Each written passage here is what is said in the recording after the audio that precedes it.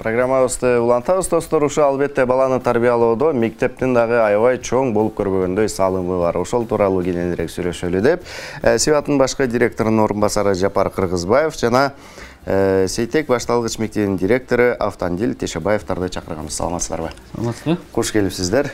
Көргөнүбүзгө абдан кубанычтабыз. Баягы мектеп дегенде эле бул экинчи ата-эне деген ушундай түшүнүк калганда, бирок ошол сөз бекеринен айтылган эмес.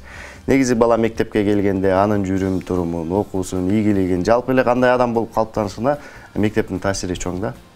Бүгүнкү күндө сиздерде кандай болуп атат, кандай балдар тарбияланып атат? Рахмат.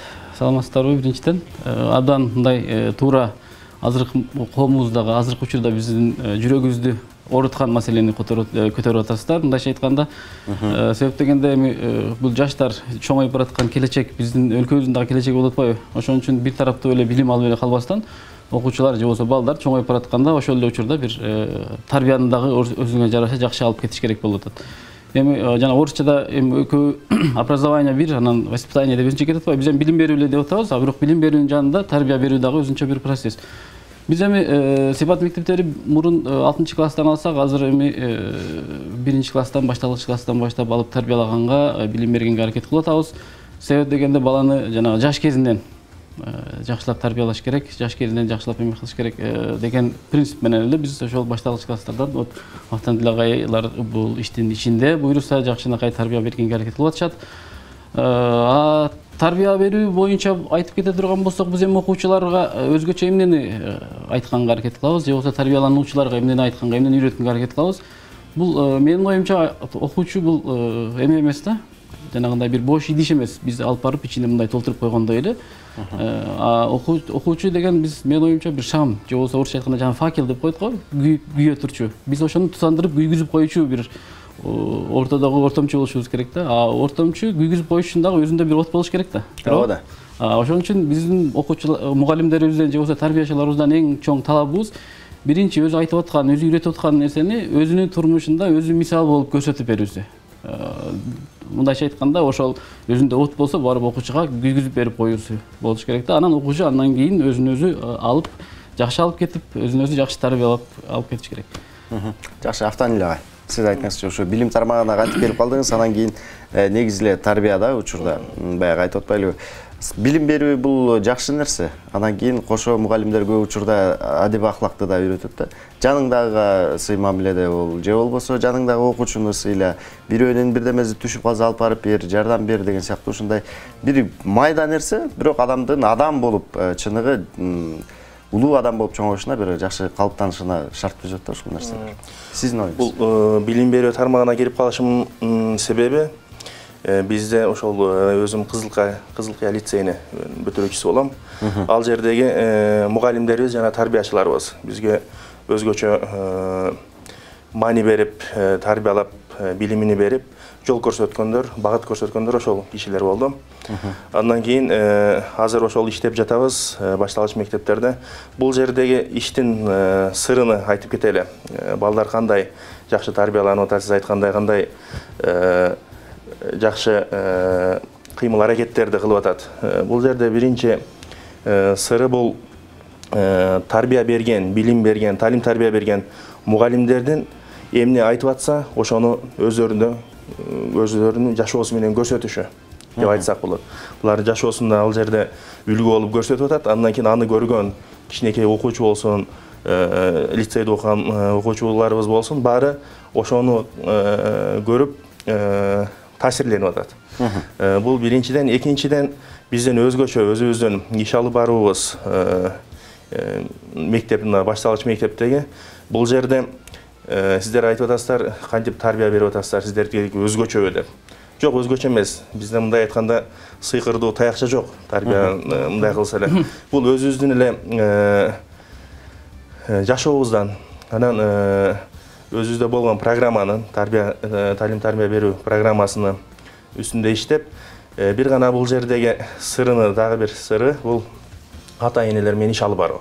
Ата-энелер менен канчалык тыгыз байланышсак, балага ошончолук таасири чоң болуп атат. Бул мындай жакшы жактан айтканда, ошол өткөргөн иш чараларында азыр айта кетсек, Biz ата-энелерге мисалы ар бир майрамдарда ар түрдүү өзүнчө программаларды уюштуруп, эстафета болсун, футбол болсун, волейбол болсун, теннис, тамак, аш курстары болсун, тил курстары, англис тили, түрк тили. Жана буга кошумча дегеле балдарга китеп окуу жүргүзүлөт.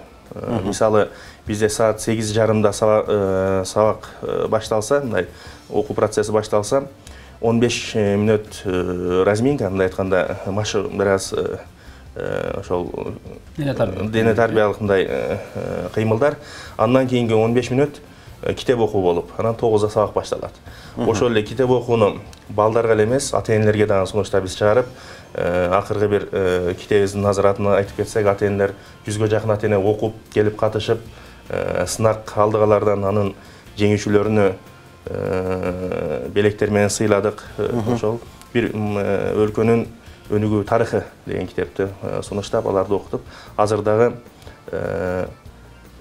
бул иш-чаралар уланып атат. Ата-энелер менен тарыхка басым жасап аткан турбайсыздарбы? Тарыхка жана билим берүүгө ал китептин мазмуну бир эле тарых эмес, бир өлкөнүн өнүгүүсүндөгү талим тарбия. Ата-энелерден кандай талим тарбия болуш керек балдарга, мындай айтканда метод. Ошону ата-энелер окушуп, ыраазы болушуп, жакшы ойлорун, ой пикирлерин айтышты. Ошо буларды мындай жалпысын айтканда ата-энелер менен тыгыз мамиледе болуп, бул балдардын талим тарбиялоосуна жардам берип жатабыз дейли. Жакшы, Жапар ага айтыңызчы, ушундай жакшы ыкмаларды колдонуп аткан кездер, интерактивдүү ыкма десек жаңылышпайбыз. Андан сырткары дагы кандай иш-чараларды өткөрүп турасыздар? Баягы мектепте жүргөндө, коомдо жүргөндө, үйдө жүргөндө бала негизи кандай болуш керек? Бала кандай баланы тарбиялуу, тартиптүү бала дейбиз?